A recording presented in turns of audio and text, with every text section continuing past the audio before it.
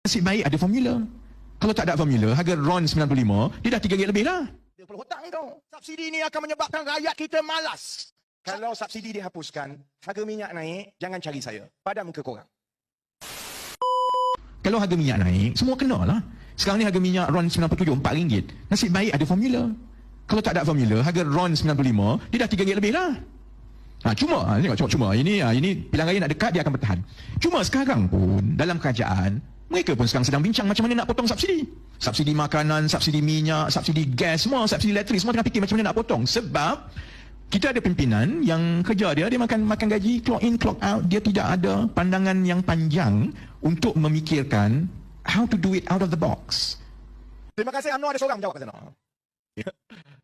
Saya nak jawab kepada yang menjerit UMNO sekarang. Kalau 22 bulan Pakatan Harapan tak menang itu, kawan kita yang jerit dekat bilik gerakan UMNO tu, sekarang tiap-tiap hari bayar minyak RON 95 RM4, saudara-saudara.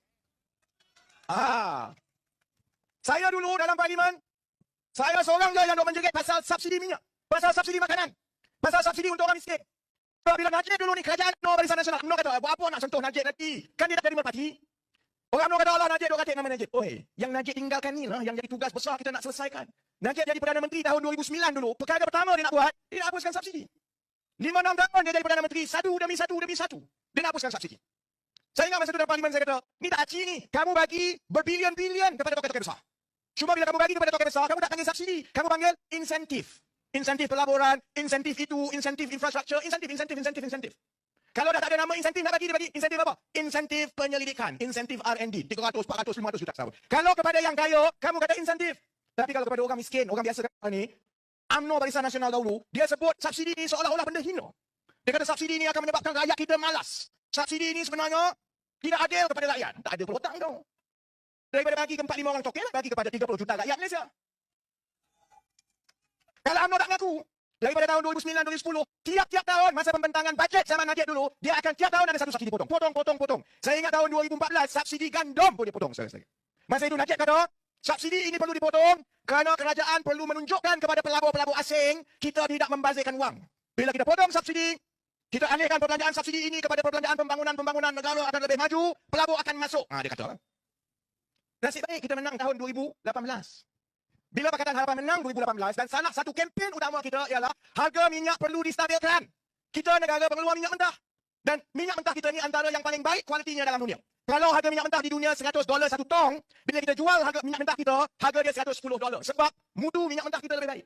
Macam mana kita nak cakap kepada rakyat? Petronas boleh buat bangunan besar keliling satu dunia. Toke-toke minyak semua kaya-kaya.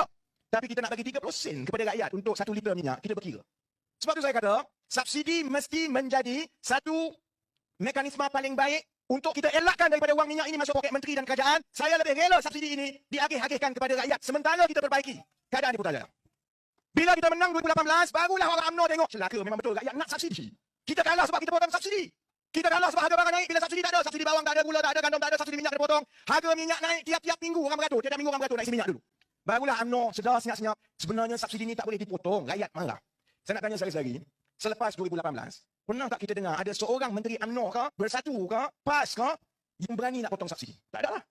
Dia dah ulang apa kamu buat 22 bulan. Aku nak beritahu 22 bulan itulah yang menjimatkan harga minyak kamu beribu-ribu ringgit setiap tahun. Kalau tak ada Pakatan Harapan menang 22 bulan dahulu, tiap-tiap hari kita isi minyak 1 liter RM4, saudara-saudara. Sebab Pakatan Harapan menang dululah. Bila mari PKP baru-baru ini, baik kerajaan Muhyiddin, baik kerajaan Ismail Sabri, tak ada orang yang betul-betul berani kata, jom kita potong subsidi, tak ada orang berani kata. Bila dia cuba nak kurangkan subsidi untuk harga ayam, subsidi untuk harga telur, dia tengok rakyat marah dalam 1-2 minggu, terus dia bagi balik. Sampai sekarang, saudara-saudari, subsidi tak disentuh. Malah, ada pernah dengar tak orang UMNO ke menteri dia cerdik macam mana pun, berani bercakap macam 7-8 tahun dahulu, seolah-olah rakyat Malaysia ni miskin mengemis subsidi. Tak berani dah. Mari belanjawan bajet umum, macam-macam subsidi dah sekarang. Seolah-olah, dia pula yang suka subsidi. Dulu dia yang nak hapuskan subsidi. Sebab tu kalau orang tanya, kalau UMNO Barisan Nasional menang besar, kalau subsidi dihapuskan, harga minyak naik, jangan cari saya. Pada muka korang. Sebab UMNO Barisan Nasional ni tak pernah suka subsidi. Ada sebab kenapa dia tak suka subsidi. Dan sebab itu jugalah yang menjadi penyumbang kepada masalah demi masalah ekonomi dalam negara kita, sehingga menyebabkan rakyat terbanyaknya tak rasa masalah dia diselesaikan. Saban hari, saban bulan, masalah yang sama itu kekal. Sebabnya UMNO Barisan Nasional, dia tak suka subsidi ni atas perkara yang paling penting bagi mereka. Kalau bagi subsidi kepada rakyat, habis duit untuk aku buat projek nak bagi mana? Subsidi ni sekarang sampai 60-70 bilion bagi kat rakyat. Celaka punya Pakatan dulu. Dia punya pasal lah, dia mula bagi subsidi minyak kepada semua. Dia tak naikkan harga minyak. Sekarang kita nak masuk pilihan raya, kalau kita tarik, kita mampus. Tapi kalau tak tarik, projek tak ada. Sebab duit kerajaan daripada duit minyak Petronas masuk kepada kerajaan. Awal-awal lagi kita tolak ke tepi. Yang ini jangan kacau. Ini duit subsidi minyak makanan rakyat. Sedari-sedari ingat, kalau dia menang, tambah kalau dia menang besar, 5 tahun akan datang. Sedari-sedari ingat, ni orang-orang UMNO toke-toke keliling mereka ni, sedari-sedari ingat dia akan duduk diam, tangan gatal. Orang Melayu kata kalau tangan gatal, tangan kanan duit nak masuk lah. Tiap-tiap hari dia gatal tangan kanan. Duit nak masuk. Duit nak masuk dengan cara dia tengok, ni ada duit ni, ada 20 bilion. Apa kita boleh buat dengan 20 bilion? Silap-silap hari, kalau tak berhati-hati, akan ada satu lapangan terbang dekat Sungai Besar. Tak kisahlah orang Sungai Besar ni, tak nak naik kapal terbang, naik kapal terbang. Buat apa sumbangan dekat situ? Oh tak apa, kita akan buat lapangan terbang di Sungai Besar.